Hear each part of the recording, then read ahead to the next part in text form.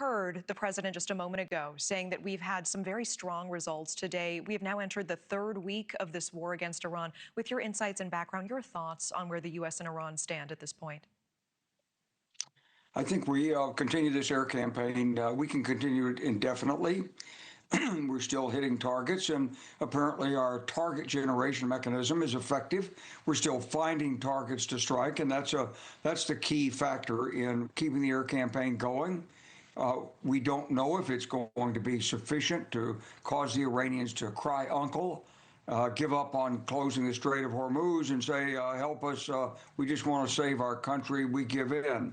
So that's the question, and President Trump is going to keep the pressure on, and he says they're asking to negotiate the Iranians, but I think the Iranian government is split. I think the president of Iran may be asking for something, but the IRGC, I think, is actually in control.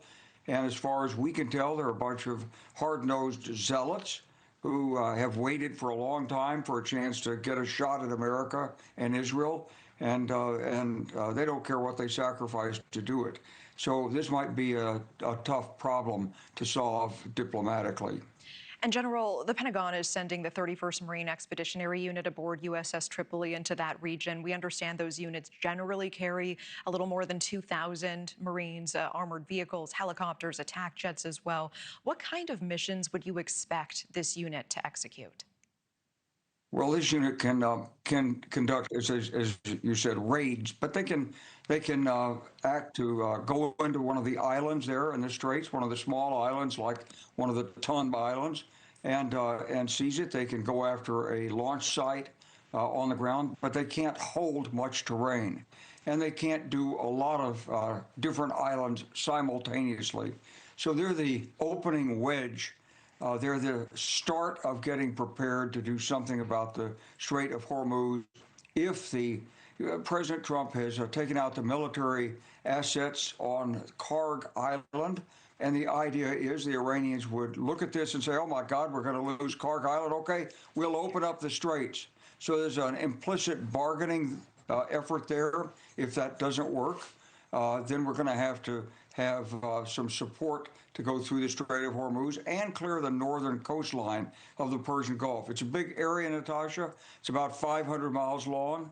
It is defended, we think, with lots of capabilities. And so it's actually much more than a single battalion task force could handle if we have to do that. But the 31st MU is a great unit, and it's very capable, and it's the opening wedge if we have to deploy ground troops to break the grip of the Iranians on the Strait of Hormuz and the Gulf. And we just heard President Trump talking about the call for other countries to pitch in to protect ships going through the Strait of Hormuz. He said, we help NATO, we help with Ukraine. It'll be interesting to see who helps us and who doesn't. Those were his words. What do you read into those comments? Well, I know he's asking for help, but, you know, he's had a difficult relationship with the Europeans.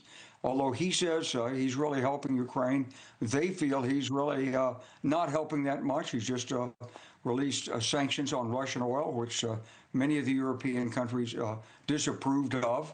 And he's not seeking help from President Zelensky. He's attacked President Zelensky again. For the Europeans, the defense and success in Ukraine is vital to Europe. So I think you will get some European help. You'll get some ships down there, but I don't think they're going to arrive immediately. And I don't think they're going to be the critical effort in getting through the Gulf.